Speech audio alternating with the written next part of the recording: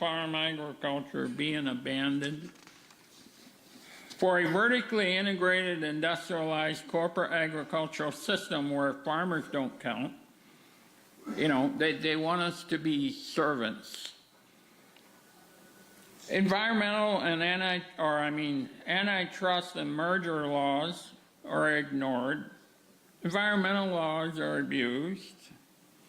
Or else, you know, if you want to raise pigs these days, with 94% of the independent pig farmers ran out of business over the years, you can sign a contract with big corporations, including the Chinese or the Brazilians, and, you know, quite frankly, in my opinion, you're getting screwed if you do that. There needs to be some things looked at going on here.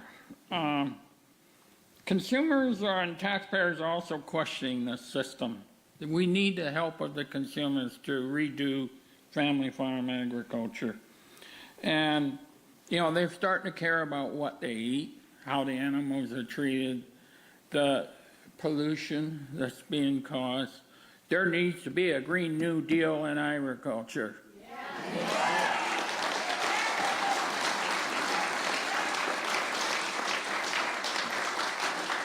Family farmers in rural America have been ignored, taken advantage of, and forgotten by politicians for decades. We are still waiting for justice.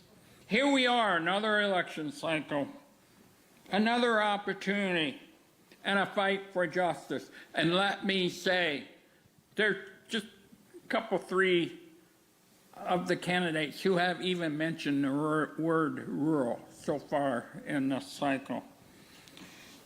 Today, 94% of the independents are gone. Why they're gone, no market. You know, antitrust competition. We can't get a price out of the marketplace. That, you know, 30 years ago, what is called alternative agriculture and niche agriculture today was mainstream agriculture 30 years ago. We had markets and we had family farms. By gosh, enough is enough. This system is broken for family farms and consumers. This system will crash, I guarantee you, sometime. And what's America going to do? Is there a plan B? It's way past time for a change for family farms in rural America.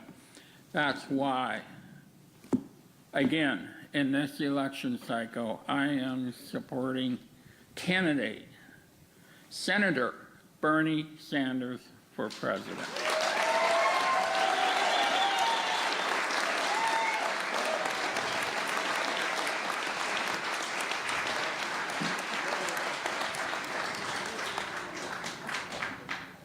What a beautiful place to be, outside on a beautiful spring day in Iowa. Good morning, my name is Patty Naylor, and I'm a farmer in Greene County, Iowa. Corporate-dominated industrial agriculture, with its increasing reliance on technology, chemicals, fossil fuels, international trade, and immigrant labor, is a big contributor to the climate crisis. But it is also strongly implicated in multiple crises, with consequences local and global, ecological and social, including pesticide contamination, deforestation, insect population collapse, human displacement, rural poverty, and yes, the continuing farm crisis. And I would also add to that dismal list a crisis of the human spirit, as we are rapidly losing our connection to the land, to the wildness of nature, to the basic elements that sustain life. But today I feel a renewed sense of optimism because we have a presidential candidate, Bernie Sanders, who recognizes the harms of this extractive agri-food industry and understands that farmers have little choice but to participate in this unsustainable system. We must change this system with bold and revolutionary policies that direct a just transition for farmers and address racial, social, economic, and farm justice. These policies must guard against industry's false solutions that only exploit the vulnerabilities of a depressed rural economy.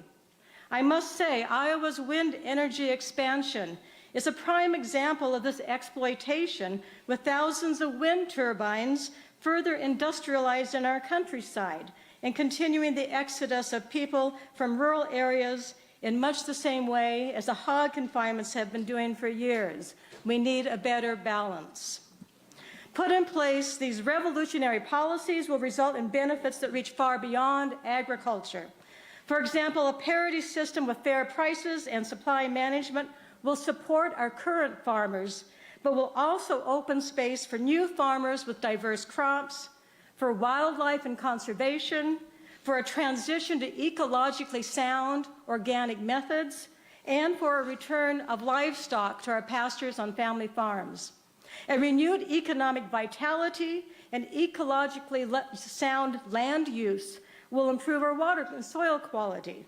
It will sequester carbon, lower greenhouse gas emissions, and be more resilient in the face of climate extreme weather events. And it will revitalize our rural communities while providing us with healthy food. It even changes how we as a society relate to those who produce our food and how we relate to nature.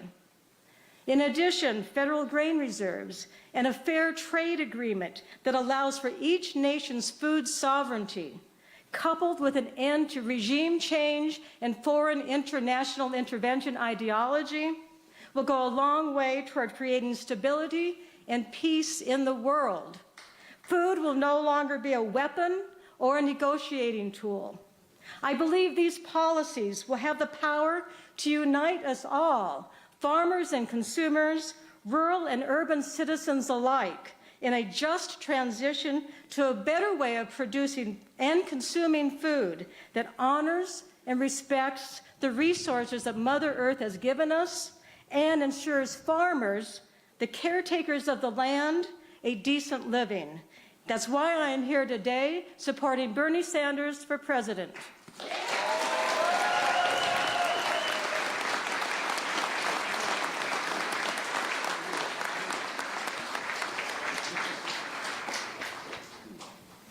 Well, I married the right woman, but she's a hard act to follow.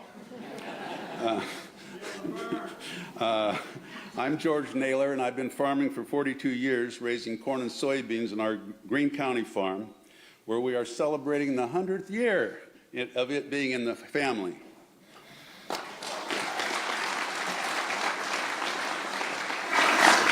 I wasn't sure that year was going to come around, but it did. Okay, my two sons hope to make a living on that farm, raising organic livestock and crops, including organic cider apples. And Patty and I have been transitioning our farm to organic, but it's just another roll of the dice, just like raising corn and soybeans. And I want to make it clear right here at the beginning, we are in a farm crisis. And of course, they don't call it a farm crisis because we're just losing farmers. It's not a farm crisis in the books of the Farm Bureau, et cetera, until we have a banking crisis like they said in the 1980s.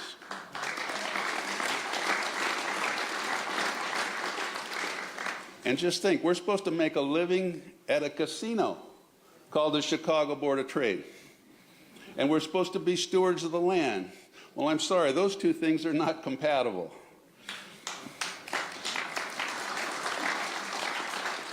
We obviously need a new agricultural system. And I hope my son's farm won't be just an oasis in a desert of corn and soybeans, where the ecological problems of the current system, like chemical-resistant weeds, chemical-resistant plant diseases, chemical-resistant insects, are met with the same chemical answers that the big chemical companies want to sell us.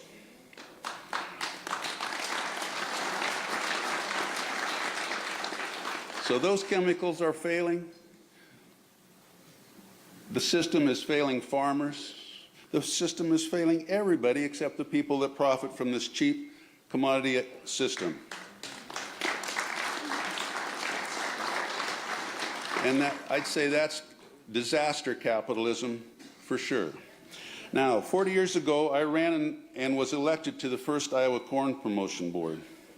But I found out all of the checkoffs were really aimed at recruiting farmers to fall in line with the corporate free market ideology.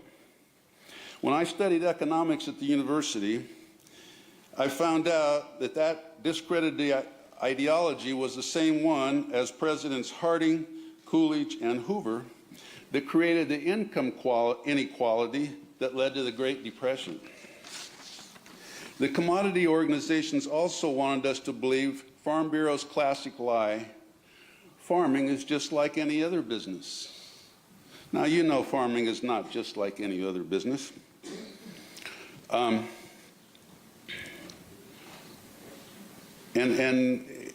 We got to make sure that it's not, okay? We need a new system.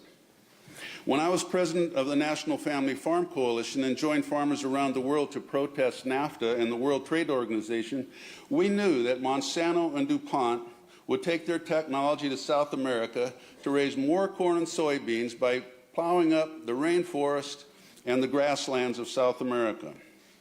We knew that would just increase the global pile of corn and soybeans so that every farmer on the planet would get lower prices. And we knew that that cheap grain would go to fuel livestock production, again at the expense of family farmers. And at the same time, they said, well, you'll get better prices, but of course the market has to fear there's going to be a scarcity of food. Who wants a scarcity of food, for God's sakes? Government payments that we sometimes get as farmers was not going to change that scenario, nor the system one iota. And I would like to ask every politician running for office to explain how any of this makes sense. If they can't, then they shouldn't be running for office.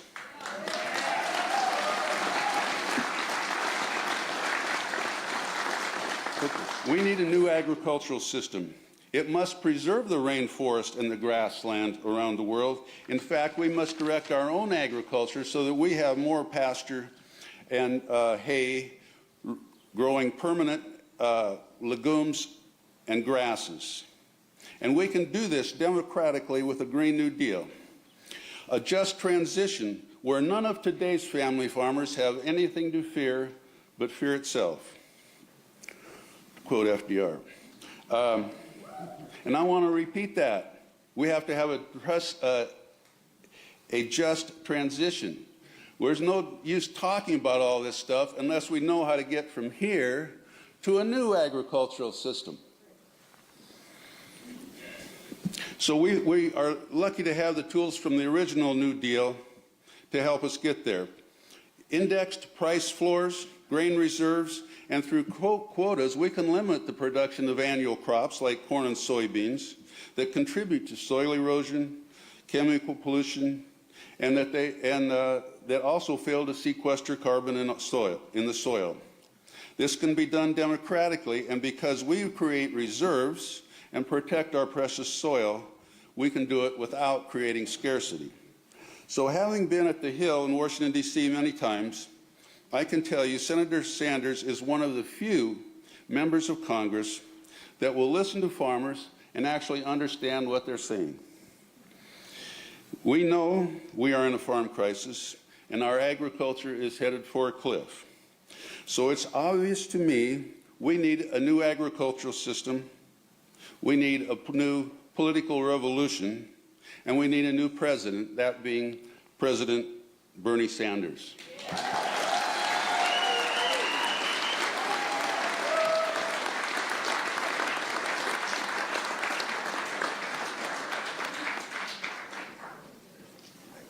He had to remove the stand because I'm so tall.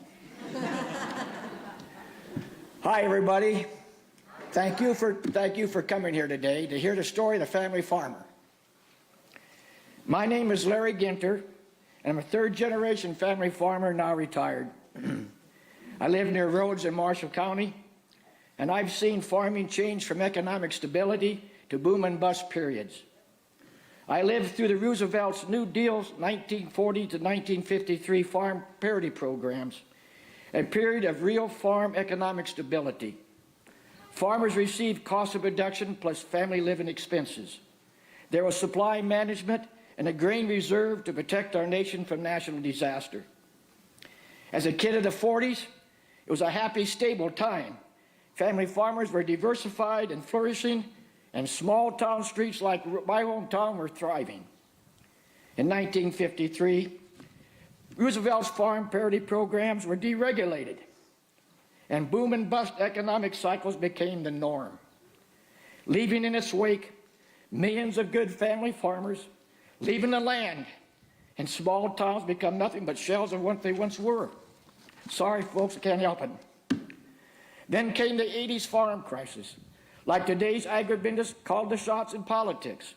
Like today, prices were low and land was high. Like today, debt was rising, and once again, farmers were selling below the cost of production. Once again, like the 1980s farm crisis, independent family farmers are hurting. Grain prices are way below the cost of production, and giant agribusiness factory farms are raising a good share of the livestock.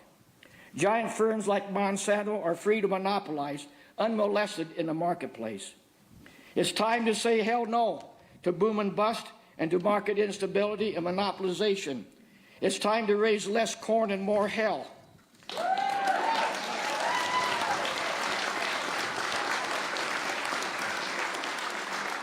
It's time to resurrect stability. Farmers need cost reduction plus living expenses again. We need supply management and a grain reserve.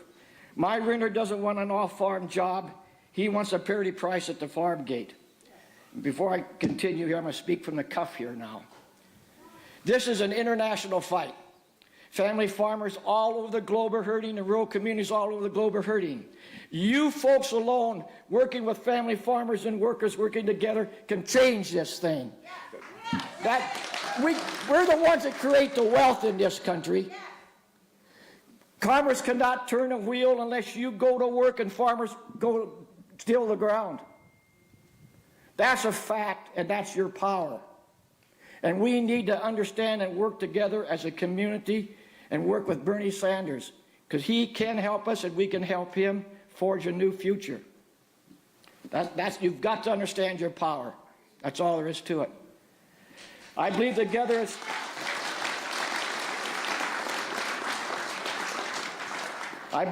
family farmers, with the help of Bernie Sanders, we can move away from the disastrous policies of boom and bust and forge a new economic frontier for rural America. And that's why I'm supporting Senator Bernie Sanders. But one more point I'd like to have you folks. I'm going to say rural and urban, and you guys say unite. Rural and urban. Unite. Rural and urban. Unite. Rural and urban. Unite. Thank you.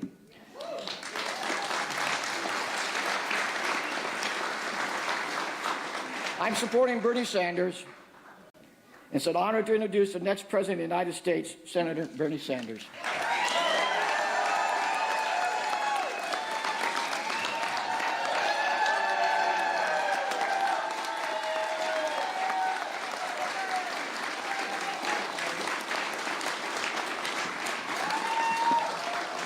Thank you.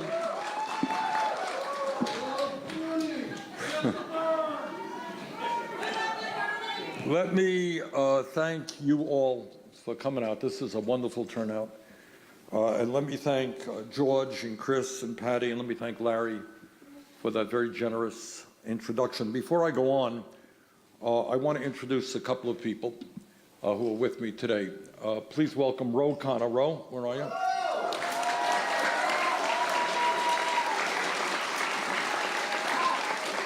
Ro is a congressman from California, one of the most progressive members of Congress, and a real advocate for rural America. Ro, thanks for what you're doing.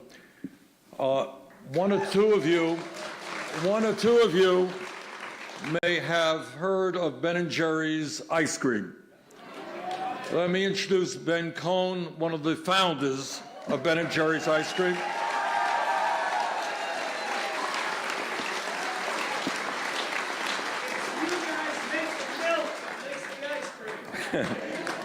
And what you may not know, you may have heard of Ben & Jerry's, but you probably don't know that Ben & Jerry's ice cream in Vermont has been an enormously strong friend of dairy farmers, paying them good prices for their products.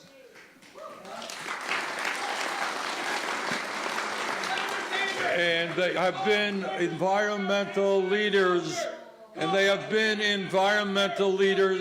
their, hey, I got the mic and I'm louder than you.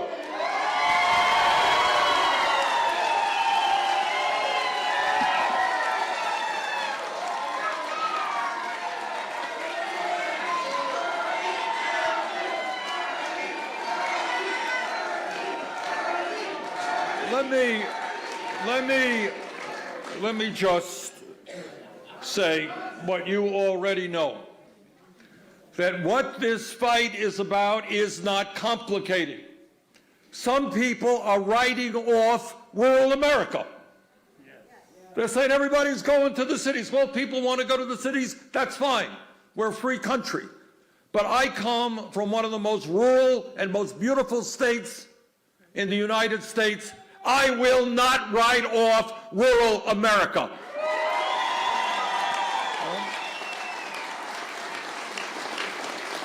You know, there is something to be said, I think a lot to be said, for kids growing up on beautiful farms. There is something to be said for the heroes and heroines who grow the food that sustain our lives. You know, and maybe I'm kind of radical here, but I think a farmer who produces the food that we eat may be almost as important as some crook on Wall Street who destroys the economy.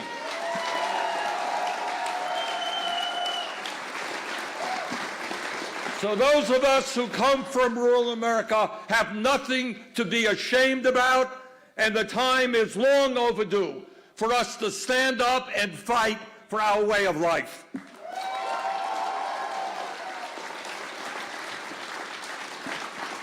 And I don't have to tell you, you've already heard it this morning and you know it, sadly, tragically in your own lives, that rural counties throughout this country are depopulating. Young people cannot find decent jobs, decent incomes in rural America, and we're seeing nearly 35% of rural counties in this country experiencing protracted and significant population loss. In Iowa and in Vermont, the numbers are even worse. 2/3 of Iowa's counties and more than half of the counties in my state of Vermont have experienced declining populations. We have seen schools, churches, and community centers shut down, and we have seen vibrant main streets boarded up and deserted.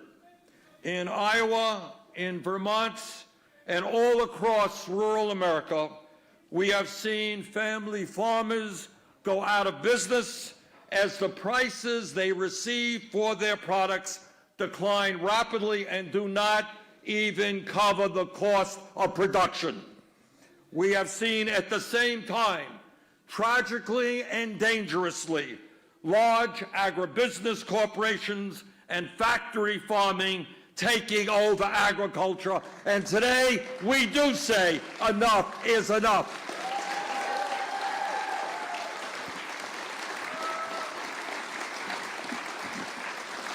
Tragically, instead of seeing good jobs, education, and health care coming to our rural communities, we are far too often seeing desperation and depression and despair and a terrible increase in drug addiction, in opioid addiction, in alcoholism, and as you have heard, even in suicide.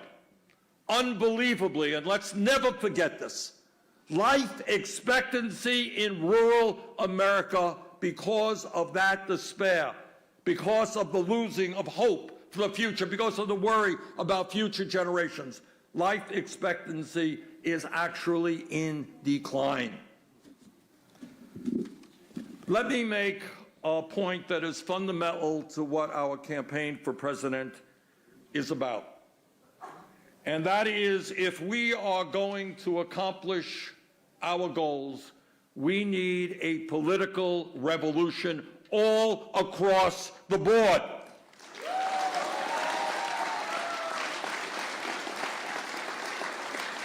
And this is not just rhetoric, it is absolutely what we have got to do. And that is, we need to create an economy and a government that works for all Americans, not just large multinational corporations and the 1%.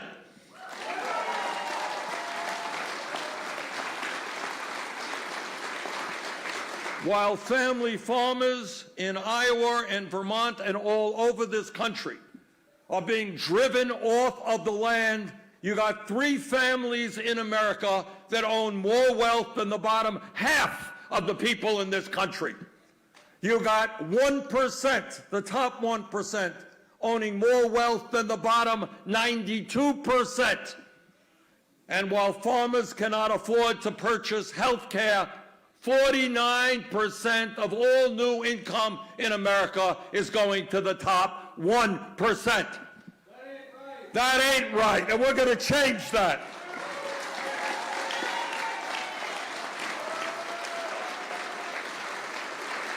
Over the last 40 years in this country, we have seen a massive transfer of wealth going from working families, going from family farmers, going from industrial workers, going from the middle class to the top 1%. Brothers and sisters, we are going to turn that around and create wealth for the working families of this country.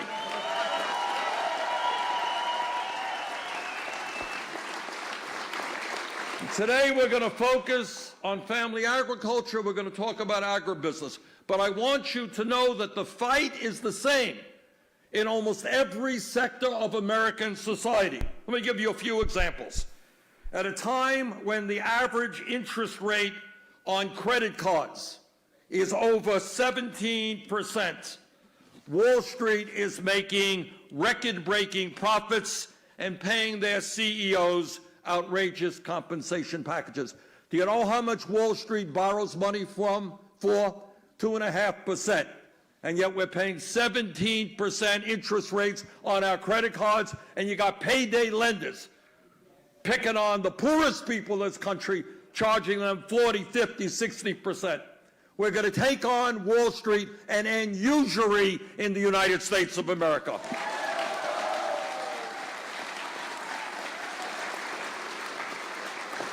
I have been all over my own state of Vermont, and I've been all over Iowa, and I talk to people who cannot afford the outrageous cost of prescription drugs in this country, where we pay the highest prices in the world.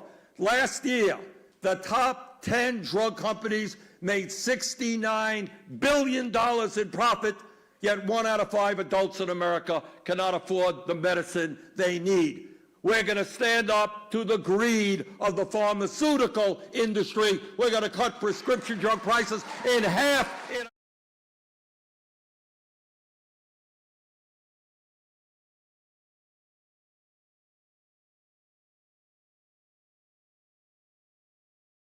Companies made over $20 billion in profits last year, and the top 65 CEOs, 65 people, made $1.7 billion in compensation. 34 million Americans, including some here, cannot afford any health insurance, and even more are underinsured.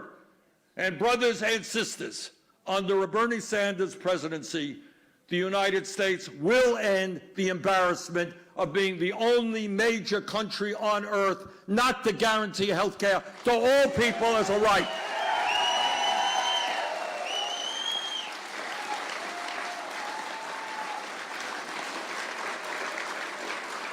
At a time when climate change is doing horrific damage to this country and to the world, the fossil fuel industry continues to make huge profits while their CEOs lie to the American people about the dangers of fossil fuel.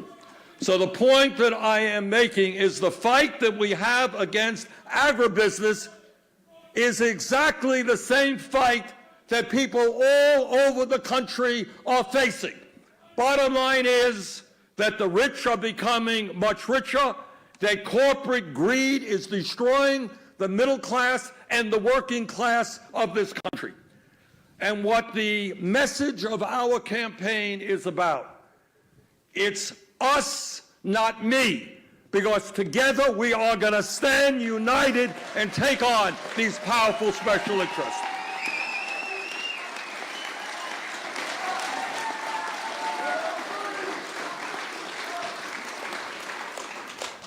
And the issue that we're facing in agriculture, it's no different in many ways than what we see in the pharmaceutical industry, the insurance industry, we see in Wall Street, the fossil fuel industry, military industrial complex.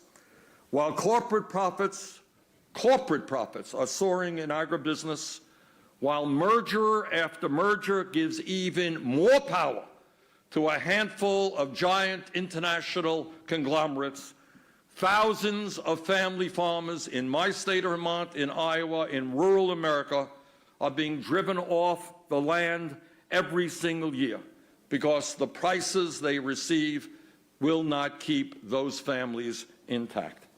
And today I want to just review for you, give you an overview of some of the ideas that I have to fight agribusiness and to strengthen, rejuvenate, and revitalize rural America. And let me also say that when the choice comes between big agribusiness and family farmers, I want you all to know, as somebody who's been all over this country, the American people are with the family farmers. Don't ever forget that.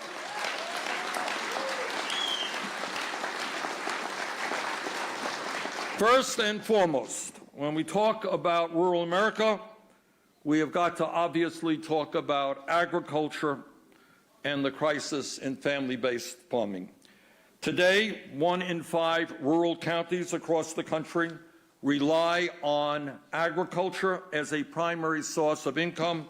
Here in Iowa, a third of the entire state's economy is tied directly to agriculture. And ominously, and I don't have to tell you this, more and more of the state's agriculture is being dominated by just a handful of large corporations who, it seems to me from a distance, own the Iowa State Legislature.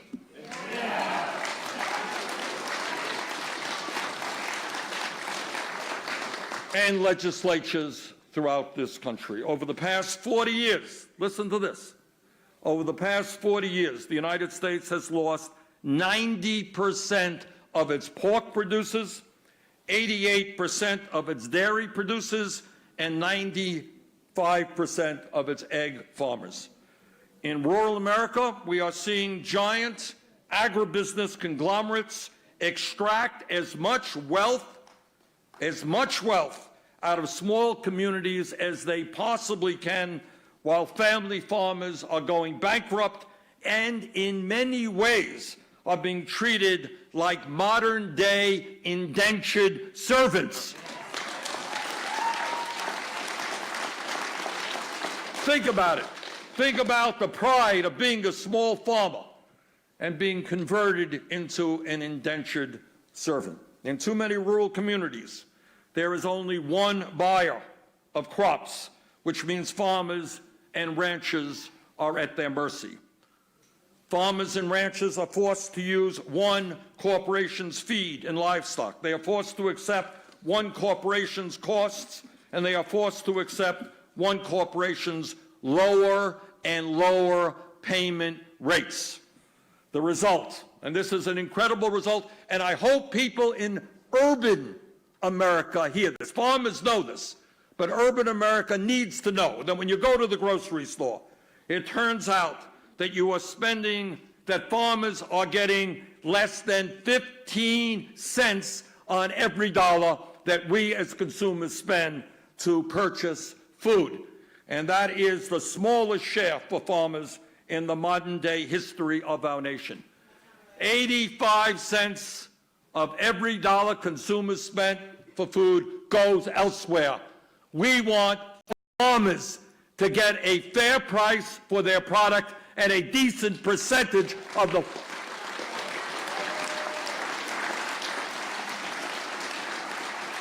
And the same is true on the buying end for farmers. In many cases, there really is only one seller of seeds and chemicals, which lets, again, the sellers dictate the prices.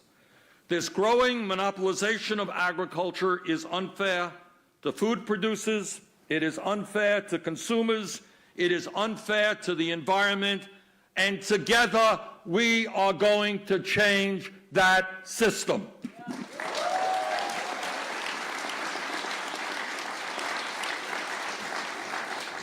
We cannot allow just 4 large companies to control 82% of the beef packing industry, 82%, 85% of soybean processing, 63% of pork packing, and 53% of chicken processing. We cannot allow Monsanto to control 80% of U.S. corn and more than 90% of U.S. soybean seed patents, a situation that obviously has gotten worse after the Trump administration approved Monsanto's disastrous merger with Bayer. And again, farmers know this. I want the people in urban America to understand this as well. We can no longer tolerate 96% of chickens and 42% of hogs being owned by large food processors and rented, underline, rented to farmers who are too poor to own their own land or their own livestock. We cannot continue to allow the top 10% of farms to receive 77% of all government subsidies.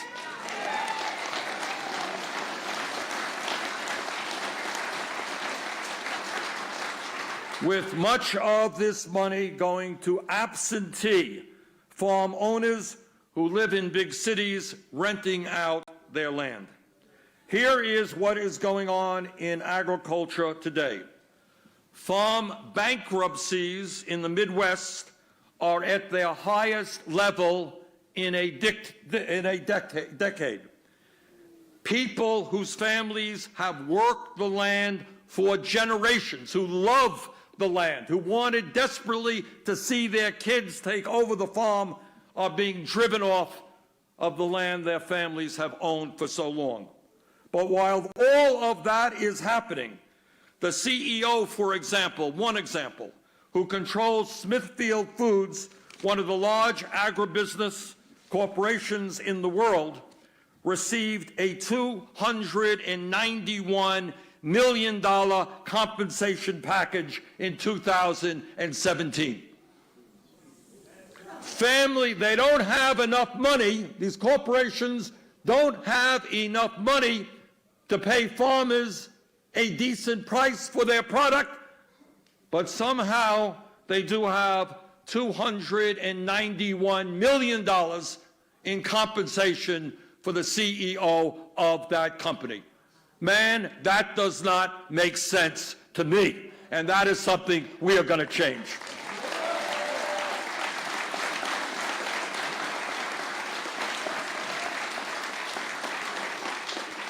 What the American people want, what you want, and what I want are more family farms in America, not more factory farms.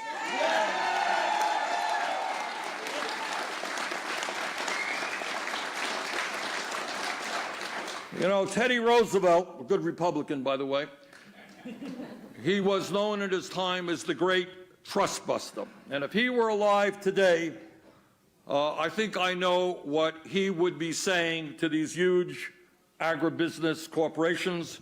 He would say, we are going to break them up and working together, that is exactly what we are going to do.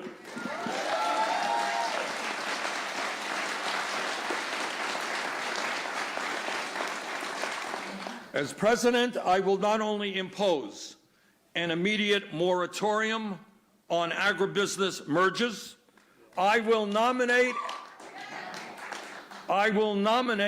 an attorney general who knows the laws of this country.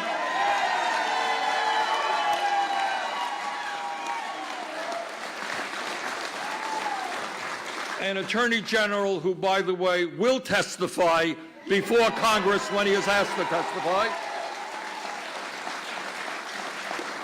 But our attorney general will aggressively address the growing monopolization of the American economy in general and specifically break up large agribusiness corporations.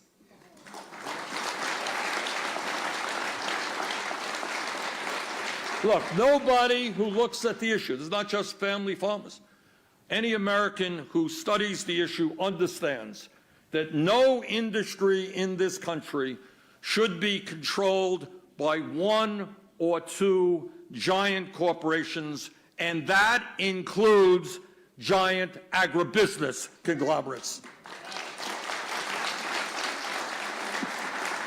Working together, we're going to strengthen antitrust laws to protect family farmers from the corporate middlemen that stand between the giant food grower and the consumer. We're going to apply antitrust laws to the companies that control the seeds. We're going to reform our patent laws to protect farmers from predatory patent lawsuits from companies like Monsanto.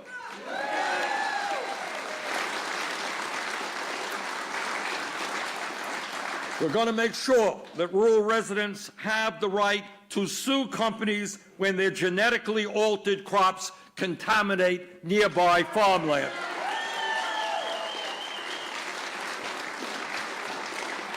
And working together, we will restore the agency that enforces antitrust laws in the meatpacking industry, an agency that Donald Trump eliminated.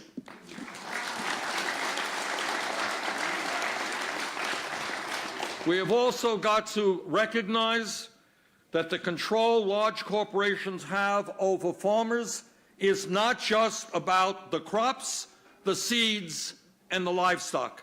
It is also about farming equipment.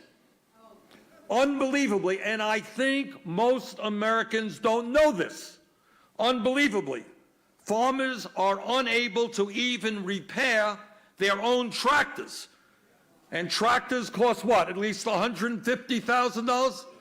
All right? People are spending $150,000 for a piece of machinery. You know what? I think that the person who buys that machinery has a right to fix that damn piece of machinery.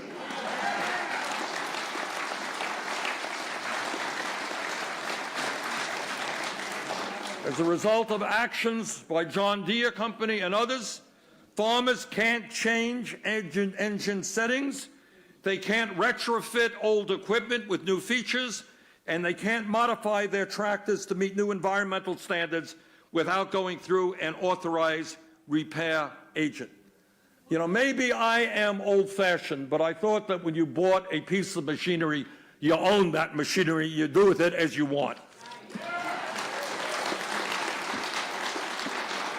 And while John Deere is ripping off farmers, its CEO made over $18 million in compensation last year.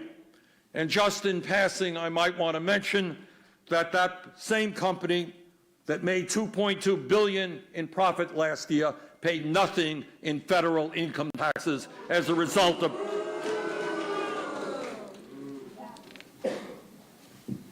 when we talk about how giant factory farms are destroying the social fabric of rural America, we cannot for a moment ignore the horrific environmental impact that they are having not only on rural communities, but on urban areas as well.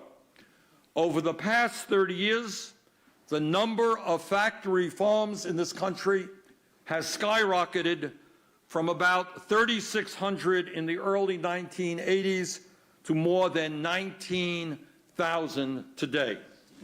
This change has resulted in the loss of over 82% of independent hog producers from 1982 to 2007 in Iowa alone, even though the number of hogs has increased exponentially.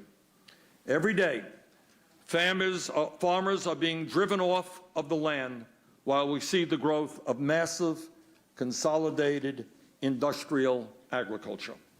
In Iowa alone, there are over 10,000 factory farms. That is a lot of farms for a small state. This massive concentration has caused an environmental catastrophe. Make no mistake about it, these factory farms are a threat to the air that we breathe, to the water that we drink, and to the communities in which we live.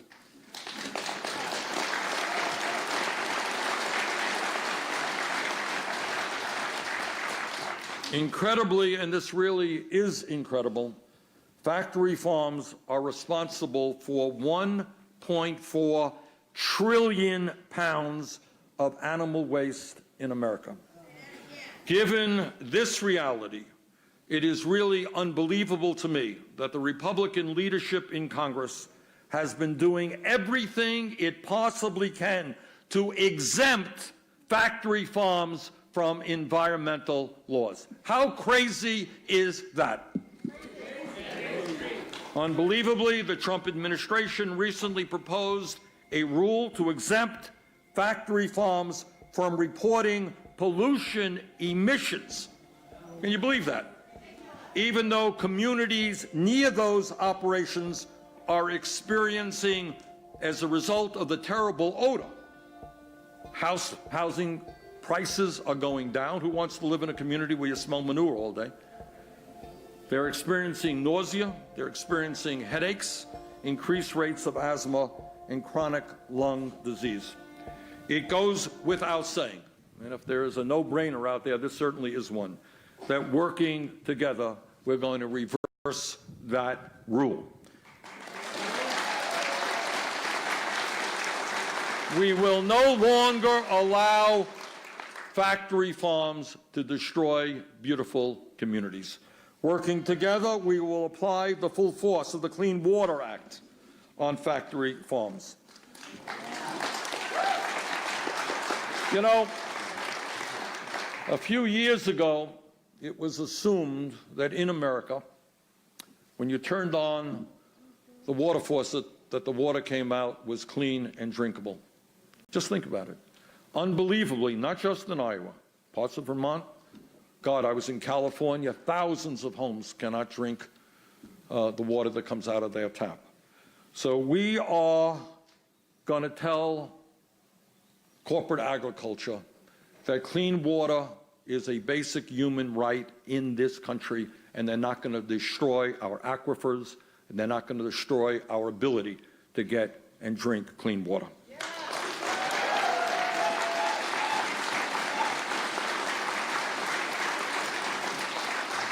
Further, we are going to regulate large factory farms under the Clean Air Act as industrial factories.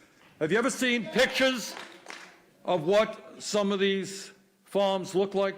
They are factories for live animals. That's what they are, and they should be regulated as such.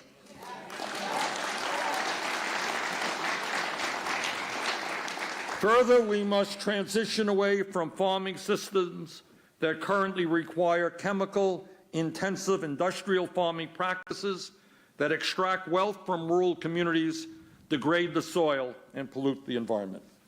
And when we talk about improving the life of rural Americans, and I said this before, we can no longer tolerate a situation where powerful agribusiness lobbyists are able to create a situation where the top 10% of farmers in America get 77% of the subsidies from the USDA. Our job is for the federal government to help family farmers who are struggling, not to make the CEOs of agribusiness even richer with more federal subsidies.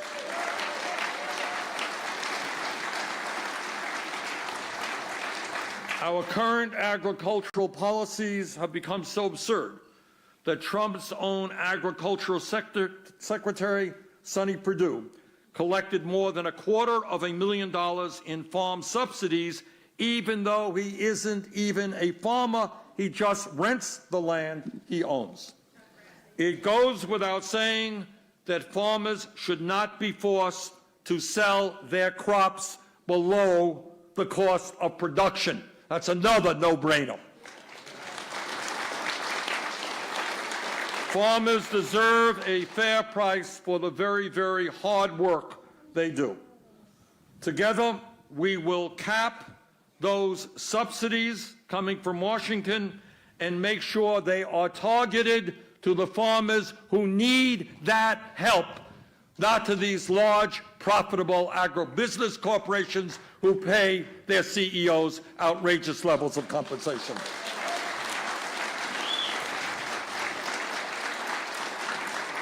And when we talk about the need to ensure a fair price for family farmers, we are talking about the need for parity price floors to ensure farmers earn the cost of production plus living expenses. We need, and I've been fighting for this for years in dairy, we need to enact supply management programs and reestablish the grain reserve to prevent shortages and surpluses, to ensure farmers earn a decent income, and to ensure consumers receive a high-quality, stable, and secure supply of the food they need.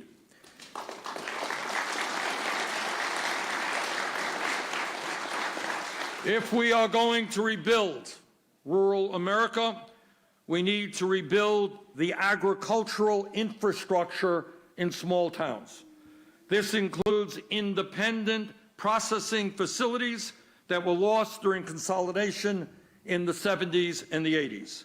Farmers should have a choice where to sell their livestock or where to sell their crops. In other words, we need competition.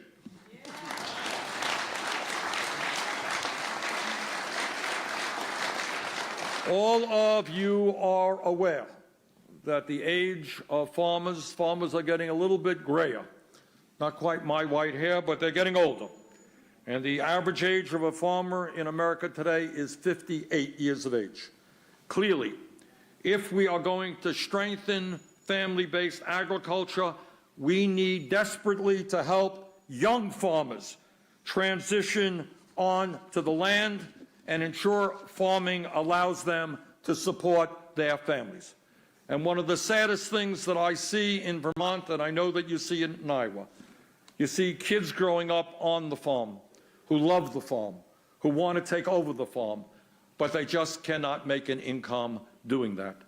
Together, we have got to change that dynamic.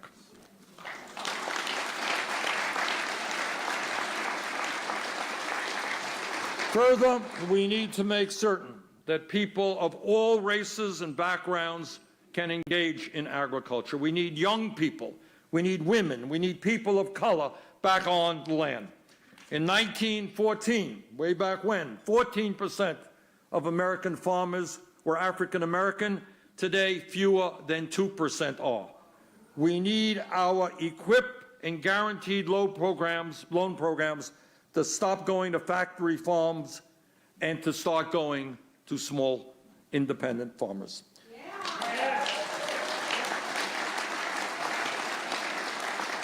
We need to prioritize regenerative and sustainable farming practices that sequester carbon in the soil, like returning livestock to pasture land and transitioning away from monocrop fence row to fence row farming.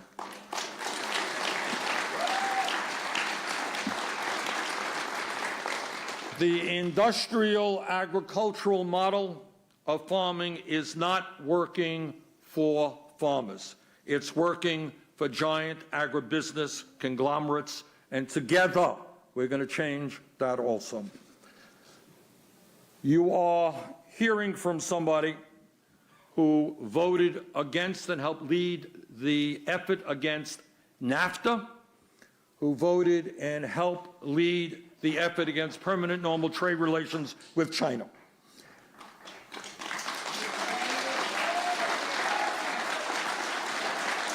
And I did that for a number of reasons, but certainly it is clear to all of us that our trade policies should not hurt farmers and ranchers in America and around the world. We need trade policies that prioritize domestic food security, not dumping low-cost commodities on other nations, undermining the local farmers there.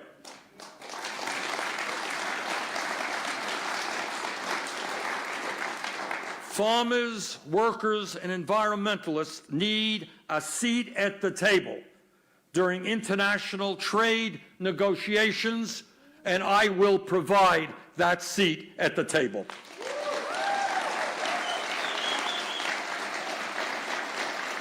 Bottom line, which is not complicated, and I think very few in America would disagree, we need trade policies that work for farmers, that work for workers, and not just the CEOs of large corporations.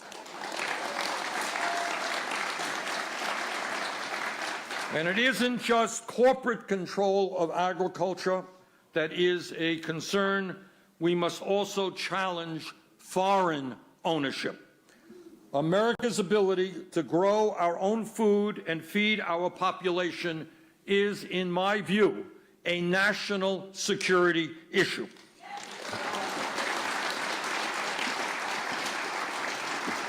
But more and more of our cropland is controlled by foreign corporations and governments. One agricultural publication estimated, and I quote, "The government of China now controls more than 400 American farms, consisting of 100,000 acres of farmland, 33 processing plants, and 1 out of every 4 American hogs," end of quote. As president, I will put the Secretary of Agriculture on the National Security Panel that regulates foreign investments in the United States.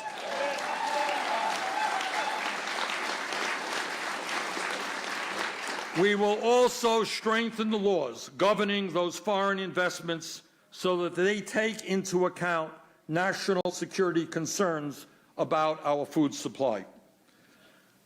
My friends, I'm going to tell you what you already know, and that is, despite what Donald Trump may think, climate change is real. And let me go out on a limb and tell you that wind turbines do not cause cancer. No? I know that the stable genius in the White House has done intensive research on this subject, but I beg to disagree with him.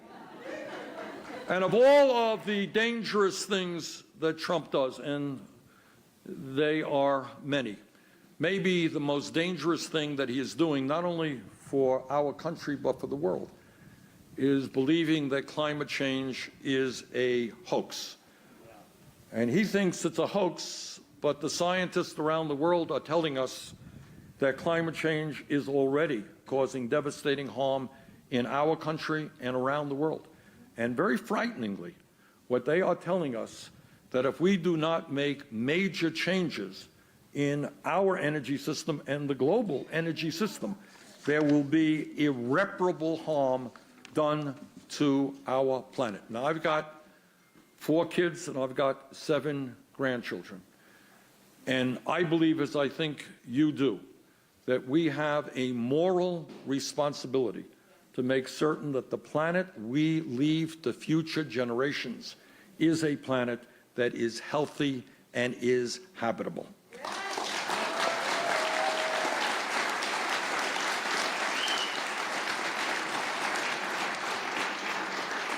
Now, the United States can't do it alone. This is a global issue.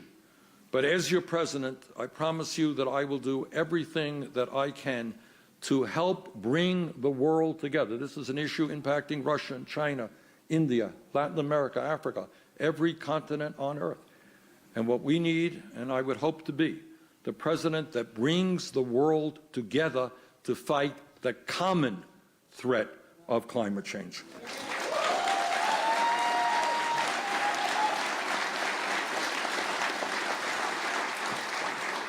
And that means fundamentally transforming our energy system, and this is what the Green New Deal is about, away from fossil fuels to energy efficiency. You have a lot of old buildings here in Iowa. We do in Vermont. And we have had some success. I brought some money into Vermont to weatherize buildings and old homes, and I've seen the heating bills decline by 50%, all right? So we can create millions of jobs by weatherizing homes and buildings all across this country. We can create millions of jobs by moving to sustainable energies like wind and solar and other technologies. And these are precisely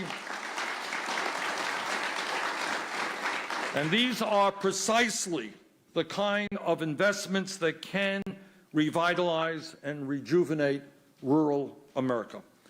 And let me take this opportunity to congratulate the people of Iowa. You are now getting about 35% of your electricity from wind. Congratulations on that.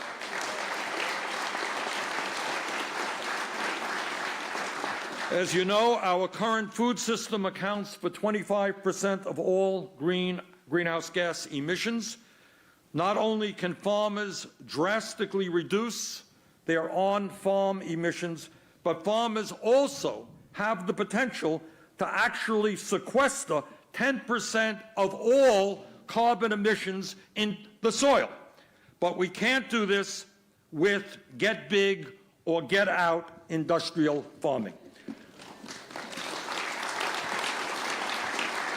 We need to pass legislation that includes a strong plan to help farmers transition into regenerative, independent family farming practices.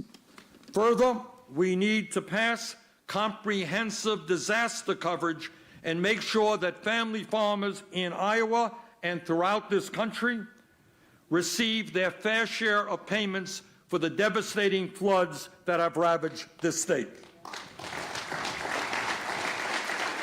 And we should be all aware that these floods and other natural disasters will only increase as climate change continues to wreak havoc on our planet.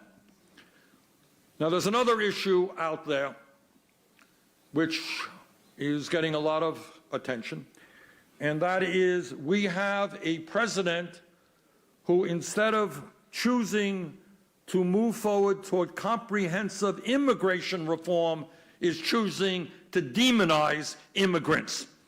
And that is something that is not acceptable to me, by the way, as the son of an immigrant who came to this country at the age of 17 without a nickel in his pocket.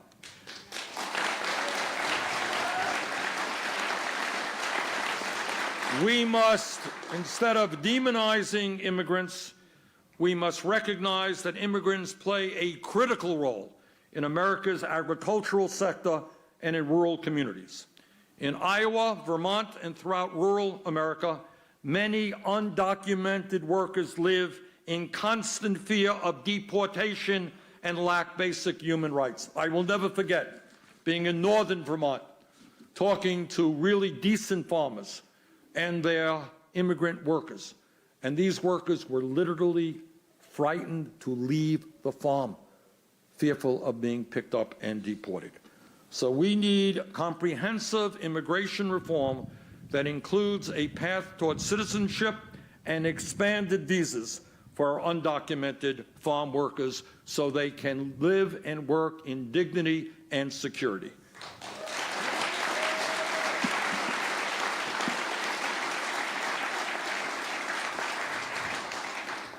And we must also stop the mass workplace raids that rip families apart, and we must stop locking children up in cages.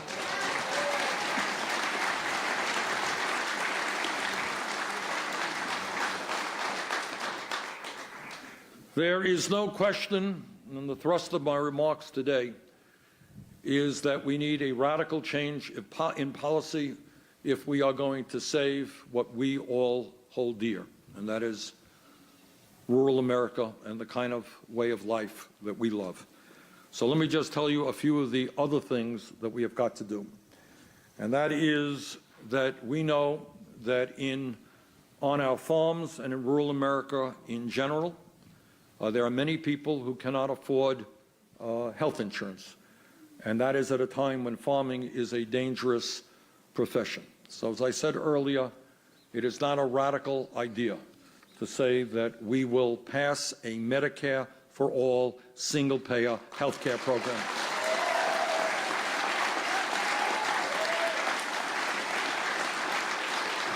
Now, earlier today, before we came up here, I talked to some of the farmers in the area, and they're talking about seeing people on farms having to work in 1 or 2 jobs, working overtime to earn enough money off the farm in order to keep the farm.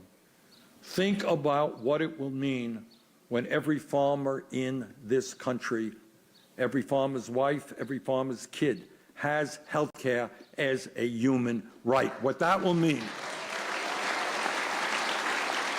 What that will mean in making sure that young people can stay on the farm.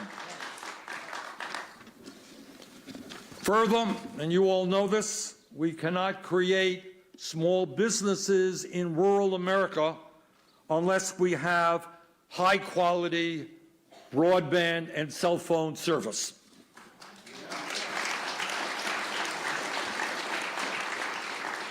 How is a small business going to settle in a small town and create jobs for our kids if there is not high-quality broadband? So we need to focus on universal broadband all over this country. We need to make certain that our kids in rural America get high-quality education, and that means quality child care, which is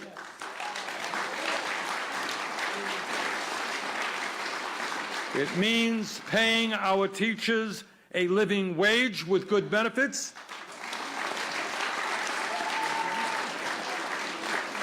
And it means making public colleges and universities tuition free.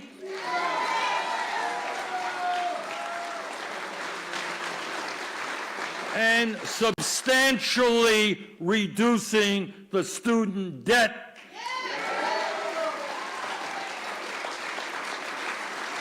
I mean, how is a young person going to graduate from college, $50,000 in debt, not have any health care, and then go work on his or her family farm? So we are going to tackle that issue very forthrightly. How? By investing in reduction of student debt rather than giving tax breaks to billionaires.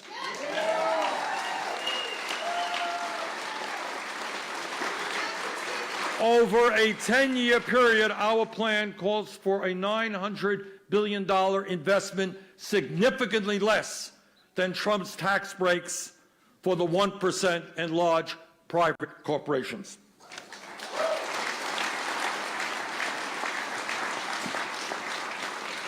So let me just conclude by telling you that what you already know, and that we have an enormous amount of work in front of us. But this is what I believe. Farmers do some of the most important work in the country and in the world. After all, what is more important than doing the work that feeds people? And rural America, as I believe and I know you believe, has historically been a wonderful place to live and a place to raise our kids. And I am convinced that if we stand together, if we do not allow Donald Trump and his friends to divide us up by the color of our skin, by where we were born, by our sexual orientation, by our religion, by our gender, if we stand together, urban and rural, black and white and Latino, if we stand together as Americans, focusing on an agenda that works for all of us and not just wealthy campaign contributors, I believe that we can, in fact, rebuild rural America, and I believe that we can create a government and an economy that works for all of us. Thank you all very much.